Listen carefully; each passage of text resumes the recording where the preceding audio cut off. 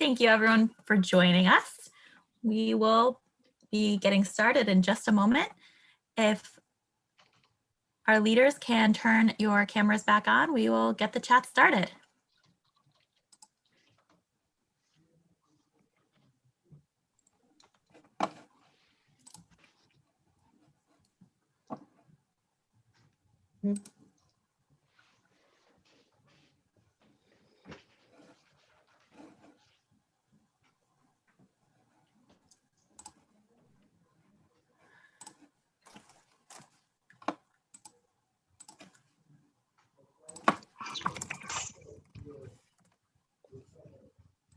Welcome everybody. Thanks for joining us here live on YouTube. This is our second community chat with a collaborative. Today we're focused on middle school success in Lorain, Elyria, Clearview, Midview, and Firelands. Really excited to have some amazing guests here with me today. I'm Ryan Aroni, President and CEO of United Way of Greater Lorain County. And you know, when I think back to when I was in middle school, I think like many people, it was just a crazy time in life. And for me, it was a really important time. I was, I think, dangerously close to going the wrong path and was getting into some trouble, kind of being a knucklehead, skipping school a lot. And lucky for me, I had a really strong support system around me and some really positive people in my life who helped make sure I didn't continue down that path, and has absolutely been a foundation for me to become successful in life. So, you know, I think we've all gone through something like that in middle school, but how different and how crazy is it in this year in the middle of a pandemic and everything that's happening in our world. So we want to talk a bit about that. Before we get into the questions, of course, I'll introduce our amazing panel here. I'll call them out one by one and have you each introduce yourselves for us, please. Kat, can you go first? Sure. Hi, my name is Kat Solov, and I am representing the Common View Collaborative, and I work for Lorain County Public Health. Thanks, Kat. And Jillian. Hi, I'm Jillian Cremona. As Kat and I are sitting in the same room, we work for the same place, Lorain County Public Health, and I'm also representing the Common View Collaborative. So those three school districts are Midview, Clearview, and Firelands. Thanks, Jillian. Next, I'll have Nicole.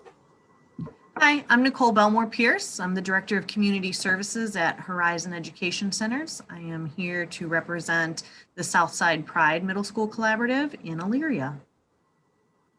Thanks, Nicole. And Monica. Good afternoon. My name is Monica Snipes, and I am the Project Director for 231 Go Middle School Collaborative, and I work as the Youth Services Director for El Centro, our lead agency. Great. Thanks, Monica. Thanks, everybody. I'm really excited to get into this. For those who are watching, if you have a question or want to learn more about anything that comes up during the chat, feel free to comment below or in the live chat, and we'll incorporate those questions into our discussion today. So the first question is for everybody, and we'll just have an open dialogue as the panel would like to respond. Can you tell us about the challenges that our middle school students meet both inside and outside of the classroom in today's environment? So middle school's tough.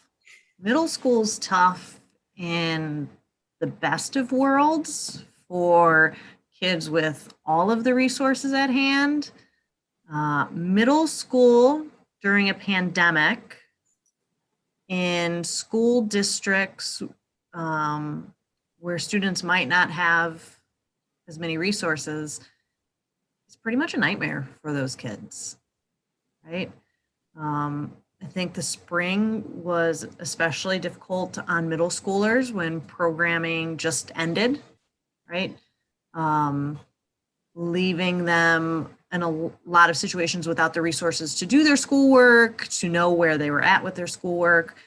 I think the school districts have responded as best they can, but middle schoolers are still really struggling. You know, they need that interaction with peers. They need the support of responsible adults in their lives, and they're just not able to get that in the current environment. Right, and I think also too, along with what Ryan, introduced middle school as, we all remember how middle school was. It was a difficult time, and I think Nicole brought up some great points about how tough right now in a pandemic it is for middle school. It's also a critical time for brain development for these kids. So they have a lot of things being thrown at them. They have to navigate, but also their bodies and their brains are changing at the same time. So it's definitely a juggling act, and we need to make sure that we have, resources and information that can be helpful to them and their future development as people. Yeah, and like we recognize that this is kind of a, for middle schoolers, we've all been there. We often think of it as being a difficult time, but we also have to remember that this is a really critical positive time. These risk-taking behaviors at the middle school age, even like Ryan kind of alluded to, this is normal. It's good development. They're trying out new risks. They're trying to figure out who they're becoming as a person. And these collaboratives all are trying to set up getting kids to go in the right direction. So I think it's easy for everyone to say, it's difficult or the children are difficult, but we do have to remember that this is normal, and we just kind of want to make sure that all these resources are set up to guide them in the right direction. So we're really looking at the health department too. We know this is a critical time for development for everything. Like Ryan alluded to, either, skipping school or not, you're setting up really all of your behaviors for a lifetime, health and otherwise. And I agree with everyone. This is a time of transition for middle schoolers, from elementary to middle school and middle school to high school. They're just trying to figure out who they are, where they're going. And the pandemic hasn't made it really any easier with the confusions. Thank you for that. And I think you started to touch on, each of you, really how important this age group is for future success. Can you expand on that a bit? I think from United Way's perspective, when we're out talking about our work, we do get questions sometimes. Why middle school? I think people have in their mind, how important preschool is, and then graduation. But maybe we lose sight of the middle school transition sometimes. So can you just expand on how important that time is and how that leads to future success? Yeah, so we in public health often talk about social determinants of health. So those are really the pieces of your environment that shape what you have access to and kind of how healthy you are and how happy you are, and kind of where your life is. And those could be anything from your neighborhood to your family support. But two of the biggest ones really are education and income. And middle school is the time where we start setting up ourselves for, are you going to complete your education? Are you going to complete high school? Are you going to go on? Or is there some other sort of post-secondary training that you might be looking at? Middle school is really the time where that gets solidified. And we know to have people reach their full potential health-wise and otherwise, if they complete their education and get a good paying job, they're going to be in a lot better shape for the rest of their life. So again, kind of that crucial development piece. And this is where we want to make sure we're not losing anyone and keeping everyone on the right track. I think Monica and Jillian both touched on it before. I work with the Ready, Set, Go collaborative as well. So I've got toddlers and teenagers, and I always say they're not really much different, right? They're very self-involved. They both kind of smell a little bit, to be perfectly honest, right? Because they're figuring out that independence and they're pushing those boundaries. And that's really important, because you have to take risks in life to become an independent functioning adult. But we want to make sure that the risks that they're taking are risks where they're really set up to be successful, right? When they do fail, we want those failures to also be soft landing spaces as well. So the collaboratives really provide those soft landing spaces for kids who need, to fail, but fail forward, and gives other students kind of that breeding ground for independence and to test their voice and who they are. Nicole, I'm so glad you said that. I heard something else really cool on a different kind of middle school adolescent webinar once. That's an analogy of exactly that. And I loved it. And basically it said, when we have toddlers and they're learning how to walk, we're so excited for them. And we're like, go get it. It's okay if you fall down, but we do put up the appropriate safety mechanisms. Like we put up the gates at the top of the stairs so they don't fall down. And it's exactly that. We're so excited for them and we want them to go. And then by the time it hits middle school, for some reason, I think we lose that excitement. And I just love that analogy of there's a lot of similarities there, and we're excited when they're little, and we need to be excited, but also putting up appropriate, kind of safety mechanisms, like you said, to land softly and not at the bottom of the stairs. Mhm. So what other parts of your work, are involved with this community collaborative? Each of you are from 3 different collaboratives, and I think people maybe don't often realize all of the wraparound services that go into this. And the 3 of you are all such great examples, the 3 collaboratives, the 3 agencies represented. You've got Lorain County Public Health talking about middle school, which I think most people wouldn't assume. We've got El Centro talking about middle school, and you have Horizon Education Centers, which people, affiliate with pre-K, talking about middle school. So can you all talk about kind of the other services that go into this collaborative and how working as a collaborative allows you to do that? Yeah, so for us, working for the health department, and like you said, Ryan, sometimes like health in middle school, what we've really worked to achieve with our collaborative, our partners, and everyone that this collaborative touches is that, health is so influential on your education, overall health, and academic achievement. Healthier students are better learners. So we really try to emphasize the importance of mental health and physical health, looking at, physical activity and nutrition. And the more physically active and the more nutrients you feel in your body, you're going to feel better so that you can be a better learner, get to school on time, those sorts of things. But then also, making sure that, mental health and social emotional health are a priority. We really dive deep into prevention focused, programming, curriculum, different interventions that are available that really look at that to help develop that whole child who's holistically safe, supported, and has, a system in place that they can be successful. So looking at it more than just, I'm in middle school and I need to get good grades. I need to develop holistically from all these different factors. And we're so thankful that we have great partners who are experts in those fields to help us put together the best interventions to suit the middle schoolers for where they're at. For me, at El Centro, we kind of epitomize what it is about transitions because we deal with a lot of individuals coming into our country who need total wraparound services, from education to health to job readiness skills, and just getting a grasp of the language.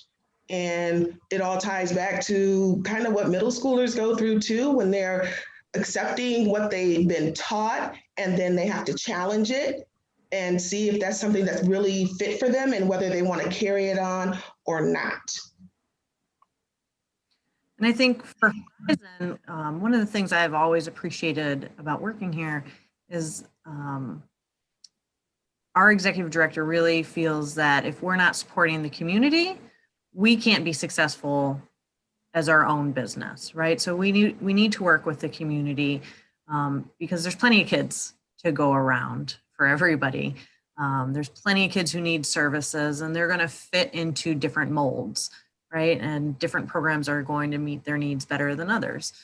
So for us, we have a variety of community partners. Obviously, the health department is one of our community partners. We really focus on that out of school time because we know that the riskiest hours for students is that after school time, because middle school students are old enough to be home alone, but perhaps not quite responsible enough to be home alone without, as you said, making those knucklehead decisions, right? So we want to give them a fun, safe space to be in those out of school hours and provide with them with the support, the tutoring supports, but also a fun place to be.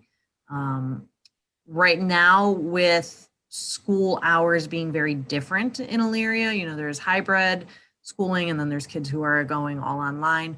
We've actually expanded our hours to 12 to 5 for our middle school program. So we can get, we know middle school students are going to sleep in given the opportunity. So let's not fight them in the morning. Let's not cause more problems for their parents. So we provide transportation from community locations to bring them over to our out of school time program. We're able to provide them with a meal. The tutors are here. We're also able to provide them with some fun, right? So my own daughters are actually attending the program.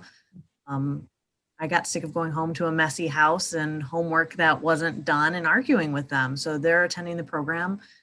And my youngest especially has been loving it because there's somebody to play board games with her when she's done with her homework. And like, she loves board games. So it's just an opportunity for her to be with other kids, which she's missed tremendously for the last 7 months, in a safe environment and have something to do that's not staring at a screen. Nicole, that's a really good segue into the next question, which is, what have the effects of the pandemic been on the families that you all serve, and how have you been able to adapt to continue serving them in a new way? Our families have really struggled in a number of ways. One, the way information is dispersed. A lot of our families need information that is translated, for one. So we have to make sure that they receive information translated, but at the same time as everybody else gets the information and not later. That's one thing. Another thing is that our families, a lot of them lost their jobs, as far as places closing down, lower wage jobs just cutting back, working for people who own their own businesses. And that's been affected too. I think for our families, it's providing that support for schooling in every way that we can, because this method of learning is really hard for students and for parents, even the super nerds like me who loved school. I didn't learn math this way. So, right? So when there's math homework coming home, I'm constantly telling my own kids, well, I can show you how I know how to do it, but I can't show you how Common Core does it. So having that math tutor there to show students, no, this is the way that it's done, I think has been really helpful. And then also providing outdoor activities for the students, as well as indoor activities for physical movement. So we did a yoga for classrooms class yesterday to get Americorps members trained in the program so they can use that with students, because we know social emotional health is just really suffering for everybody. Here in Lorain, we went all virtual, and that was a learning experience for everyone because everyone didn't have access to the technology needed for virtual learning. Not only that, we also struggled with just providing activities for youth because there was limited activities available for youth, and those activities that were available, transportation was a major issue. One of the needs that we definitely saw, there was a huge need for food. I know that especially as schools were closing, that was a concern for a lot of families and parents because meals are provided for those students who do attend. We were fortunate that in 2 of our districts, we actually already had pantries that were on a monthly basis. So as closures were going on, there was additional opportunity to have food and being able to provide it to students and families. So that was something that, we were really thankful to be part of and know that that was something that could be provided for students, especially going into the virtual world. But also, like Nicole mentioned, yoga for classroom is something that we've really done with all 3 districts and have gotten great response. And when schools were shutting down, we were getting concerned, but it actually did transfer pretty well for those who were able to access it virtually. You can do the lessons online. The teachers could communicate with the students and do poses and all that. So we thought that was such a great way for them still to communicate with their students, but they could do a little bit of physical activity. You might feel a little silly doing a yoga pose at home, but you had that flexibility. So we were thankful that that was able to translate so well. And the students were used to it because we've been doing this with the students for years, and many of them have had exposure to yoga for classrooms just as a 1 to 2 minute brain break in their classrooms. So it wasn't a hard transition. It was really kind of what they were expecting for their, Google Classroom teacher to jump on and say, let's all do, a balloon breath, or let's all do, one of the other like fun poses. And we've seen this already in previous years. We know that the students report back to their teachers that they are using these really kind of self-calming methods at home.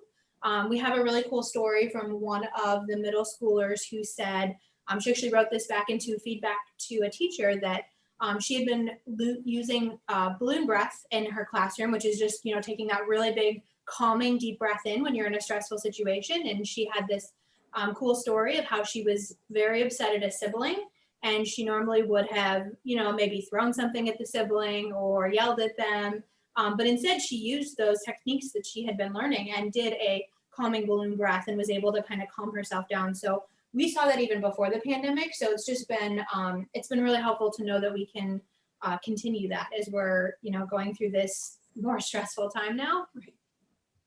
We're also looking, we're expanding our social emotional services because we recognize that the adults working with students are struggling as well. So in partnership with the Effective Leadership Academy, we will be offering Wellness Wednesdays starting November 4th for 9 weeks. Now we have the holiday season pops in there, so we'll be actually skipping a couple of weeks, so it takes us into January 13th.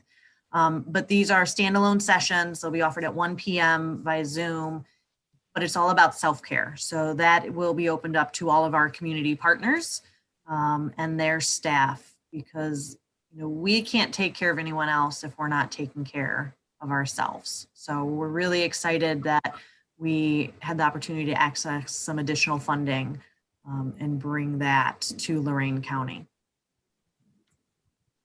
And that'll be open to you guys as well, obviously, because you're our partners. Yeah, no, that's awesome, because a lot of the feedback we've gotten as well is, we're always focusing on the students, but the districts are coming back and they're like, our staff are very stressed. Mm-hmm. And we need, we all are struggling with balance, and we're all struggling with, how to manage different anxieties that maybe we weren't aware of before. So I think that's going to be a great opportunity for our school district staff.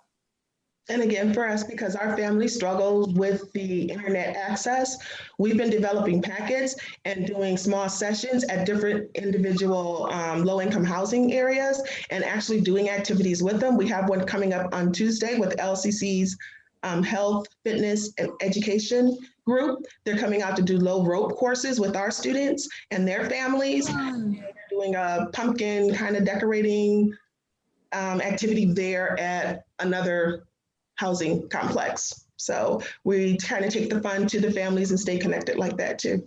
Low rope sounds fun because high ropes is too scary. Right. I appreciate that. I've been really impressed how all of you have adapted and found creative ways to continue delivering programming.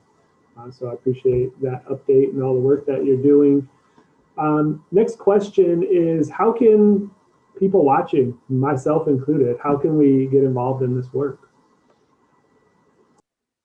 I think Nicole actually did a great job of talking about how important the community is for this work. So really getting involved in that community, whether it's your local Parks and Rec, library, and tying that into the school district, I think is what we really try to focus on, and really supporting prevention work. But treatment is so important, but also, taking value and also, investing in some of the great work that is prevention to get kids happy, healthy, and successful. And fewer kids in a crisis situation. Correct. We have great partners, particularly at the Mars board, that sit on all of the collaboratives.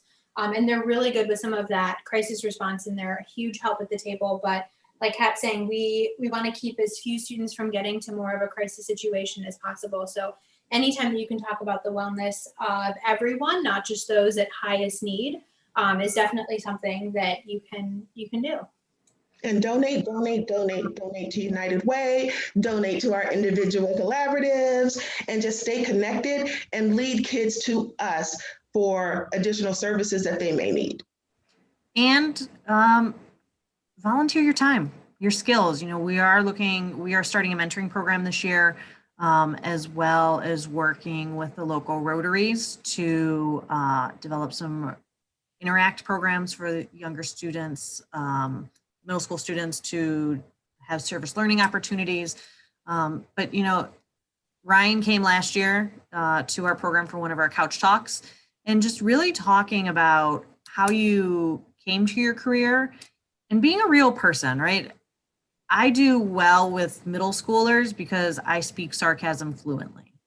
So they understand that language, right? So letting them know that you're a real person and what skills got you to where you're at. And just being a positive adult that, everybody needs positive adults in their life. So if you have a skill, if you want to help us out with a virtual career fair, that would all be super appreciated.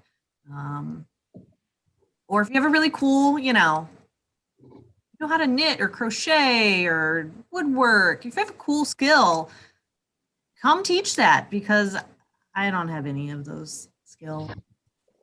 I appreciate the answer, and I swear to the viewers it wasn't scripted, but United Way's tagline is give, advocate, volunteer, and each of you took one of those. Thank you.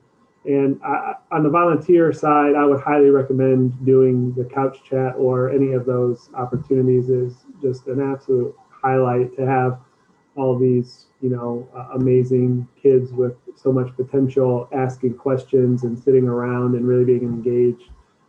That was absolutely one of the highlights of me doing this work.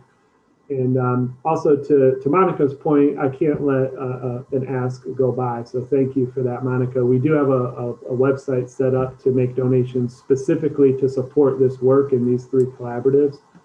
And it's uwlorraine.org/middle-school-success. So you can find that on the United Way website. So before we open it up to question and answers from the folks who are watching, which we do have quite a few coming in, the final question: what are your plans to support students, the rest of this fall into the winter, as online learning is still happening in some districts. We're going back to school full time in other districts, and in some combination. What are your plans to continue supporting that work? Here at 231 Go Middle School Collaborative, we are offering tutoring both virtually and in person, and we have bilingual tutors. So we're doing all grade levels, and everyone's welcome. If you need some help and you're struggling with homework or just the concepts behind it, our staff, we're constantly looking up ways to think differently and out of the box to get a concept absorbed by a child. And that's actually segues perfect. Something for the collaborative for years that we've been really trying to improve is the student voice in our work. And, definitely over these next few months and going into these school years, really asking the students, what do you need? What do you want? What's going to help you achieve?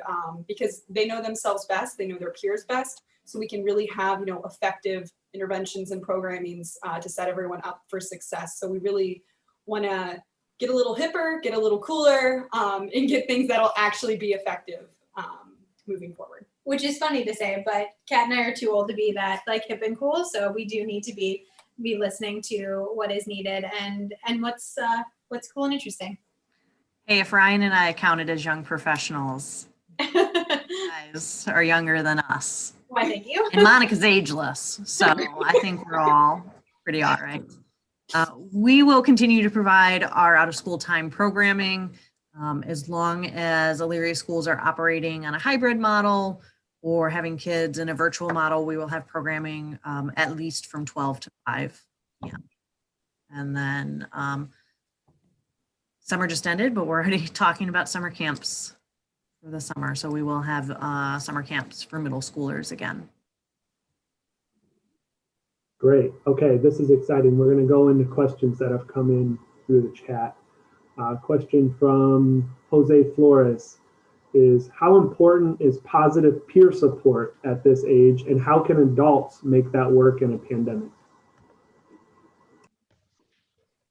That is a great question, Jose. Good question. Middle schoolers are listening to their peers. So positive peer support at this age, like Jillian was just saying, we're not very cool. So they want to hear from their peers. So I think it's very important for us to be building up all peers and giving positive peers the voice and the ability to speak up for other kids and to other kids when they are struggling. Because yeah, that's actually what a lot of this work had alluded to. We had some, curriculum and some of these programmings that we've talked about, such as, Common Ground that does the low RUBS course, or the Leadership Institute that was mentioned. All of those have really curriculum pieces that are foundational in what it means to have a healthy friendship more than anything, like how to treat others with respect. That also pulls in a lot of pieces. Again, we're too old for this, but it also pulls in a lot of pieces of what that looks like in social media. No one on this call had social media in middle school. So it's just another piece that we need to continually be teaching them of, this is what a positive friendship looks like. Here's how to support your peers. Here's how to ask for help for an adult if, it's kind of, above your head. So those are pieces that I know all of our collaboratives are absolutely working on.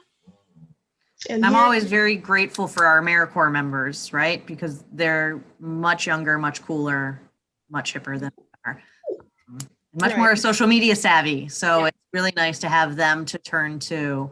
And also to, they're closer in age to the middle schoolers. So they do look up to those Americorps members for guidance. And there's quite a few opportunities out there that's coming up for Halloween with skate parties for leaders in the community. Show up at those parties, communicate with the students, talk to them, say hello, introduce yourself, and then let them and encourage them to speak to their friends. Let them know what services you provide in the coolest way you know how, and encourage them to encourage another student to do their work too. So empower kids to empower themselves. Dye your hair purple, it helps. I don't know if I can find that one out. Maybe right there, I'm gonna Ryan. go with the purple. So the next question is, it's targeted towards Elyria, but I think part of it's applicable to all of you. Nicole, the first part of the question is just asking, what are the geographic boundaries of South Elyria as we do this work? Right. So for Southside Pride Collaborative, with the boundaries for the school district changing, they were blessed to build new schools in the district, which are beautiful. So we serve any 5th through 8th grade student who is boundaried to Eastern Heights Middle School. Well, actually, it'll be a K through 8 building next year. So this year, that means we're serving some students at other elementary schools, because next year they will be at Eastern Heights when that K through 8 campus building opens up. So that is our focus, but we also have never been known to turn away a student who is seeking services.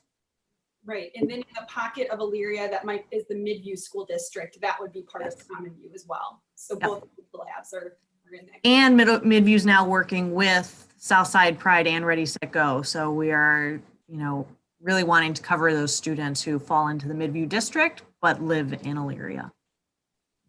A great example of collaboratives collaborating together, which I love. And then the second part of that question was also directed at Elyria, but I think is applicable. And there's some stats out there about the educational attainment in South Elyria, and amount of adults with high school diplomas and college degrees, et cetera. And it's asking, what are the roadblocks for that? This was particularly in South Elyria, but I think it holds true for South Lorraine and also in the 3 districts the health department is in. So what do you see as the roadblocks to those educational attainment? So in South Elyria, we have a extremely low percentage of adults with college educations. We have quite a few adults who don't even have high school educations, high school diplomas or GEDs. And we also have a very low average age for parents. So we have young people parenting teenagers at this point. And even the most successful young people, if you're 25, you don't have a great high paying job, right? No matter how successful you are, you're not there yet in your career. So one of the roadblocks is for families to get the education and access to trade schools and skills so they can have living wages to support their students. Yeah, this absolutely comes back to the full social determinants of health, discussion. It goes both ways. We need to make sure that the kids are in an environment that supports that. And if the kids are in an environment that they're struggling to, have dinner or breakfast, they're not going to be at school ready to learn. But then, it goes the other way, as Kat kind of alluded to, of if they're not ready to learn and they don't do well in school, they're going to find themselves in a similar situation down the road where maybe they don't complete their, their high school diploma as well. So these are really kind of these big pieces of the foundational work of, making sure that all those pieces in the community are really there to support the students. There's so many of them, and they're as foundational as, having an adult in your life to model the way. They're as foundational as making sure that you have, enough money coming into your house that you can buy food for everyone. And then even you get down into pieces of transportation. How do I get to and from not only school, but, my doctor's appointment so that I am healthy and prepared when I get there as well. So there's so many factors, and they really are those, social determinants. I think Kat spoke to it about how the districts have all stepped up with meals, and I really have to commend them for that. Teenagers eat a lot of food, right? They eat. I saw my own personal grocery bill more than double with everybody being home. So I know that is a huge help to families to know that their kids can continue to access healthy foods for all of their meals. So well done, districts. And next question here is, how do we increase the supports to this work sooner than later? Don't be afraid of middle schoolers, right? It's not as cute of work as preschoolers, right? Everybody's happy about the preschoolers. They're cute. They send you little cards, right? Don't be afraid of middle schoolers. They're really cool kids. When you take the time to just come and hang out with them, have that couch chat, play a little bit of basketball with them, they have wonderful ideas and they're ready to contribute to our communities if we're willing to listen to them. Yeah, I would agree. They're so smart, have such great ideas. And to go back a lot of, the kind of the summary of what this conversation we've had today is we don't want to wait until crisis. We don't want to wait until high school. You always prevention thinking earlier and earlier. And so, even before middle school, looking and putting supports into elementary. So when they develop into middle schoolers, they have the tools in their toolbox to succeed and to be more resilient and handle difficult situations because, they had that support from a young age. And just because societal standards say that a 12-year-old, it's okay to be left at home, they're mature enough to be left at home, don't just go with that. They need that peer support. They need nurturing adults too. And you can be a nurturing adult, and you can encourage those students to participate in activities that will allow them to grow. And I'm sure our Parks and Rec friends would say, volunteer to coach a team. You don't have to be good at the sport, right? Kat's a tennis player and she's worked with students before. I've stepped up and coached volleyball teams for Elyria Parks and Rec. And nobody would accuse me of being super athletic, right? But it's just about having willing adults in their lives. Yeah, I would totally agree with Nicole. It's all about building that relationship and just having someone maybe who isn't a parent, who isn't a teacher, just to talk to and relate to a bit. Mm-hmm. So there's so much power within that, I believe. And share your passion. Mm-hmm. Kids who are willing to listen and try something new and share your passion. Yeah, I think that's something that I think has come out positively from everybody working from home is the ability to do things like this virtually. And, there's mentorship opportunities that are coming up virtually. And just recently, Monica and our friends at Avient Corporation did a virtual career day where a group of IT professionals from Avient, a local corporation, got on with some middle school students from Lorraine. And we're just able to share about their jobs and how they got there and what it is. And they could start to visualize themselves doing a role like that and understanding maybe what it takes to get there. So I think for folks listening, all of you have your expertise in your area that you're working, what you're passionate about. There's opportunities through United Way, through all of the collaboratives, through many other agencies to give that back to this age group and to other ages as well. Gardening help. I know we need gardening help. We work with our family on their community gardens. I kill anything that's green, right? Nobody will even bring me a plant anymore because I kill things like bamboo, which you're not supposed to be able to kill. So anybody out there who loves to garden, we would love help with that. We'll be purchasing a Charlie cart here in the next little bit, which is a portable kitchen. So for our healthy eating lessons, we're really excited about that. But you know, if you have great recipes, healthy recipes, budget-friendly recipes, share them with us. You know, if you want to come teach students how to bake bread, come bake some bread with us, right? All of those things are an opportunity to share whatever your passion is. So a few questions left to get through and just a couple minutes left. One of them here, I can see all of you taking up on this offer. It says, I'm a professor of sociology at Lorain County Community College. How can I assist? How do you want to assist? How about we'll all follow up after this? Absolutely. Send Brian an email. We will all have a list of opportunities for you. Yep. Yeah, thank you so much. Great.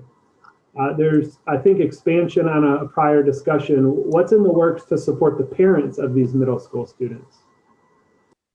Again, we offer, when we do a large majority of our activities, we do a parent night with them also. So just parents engage, and engagement can be from volunteering your services to just returning a phone call to just asking your child a question about what they participated in. So engagement doesn't actually mean you have to physically be there, but at least ask questions. Yep. So we also do family engagement nights through our out of school time programs. Because we're also interconnected with the collaboratives, we're also always referring parents to other services in the community. Since we've all developed relationships as professionals, it's very easy for me to pick up the phone or shoot Kat an email and say, hey, I know you guys have something that supports this, but I don't remember the details. Can you provide them to me so I can share them with our parents? So that was the final question. Are there any other final points that any of you would like to make on this work, all this amazing, great work that you're doing?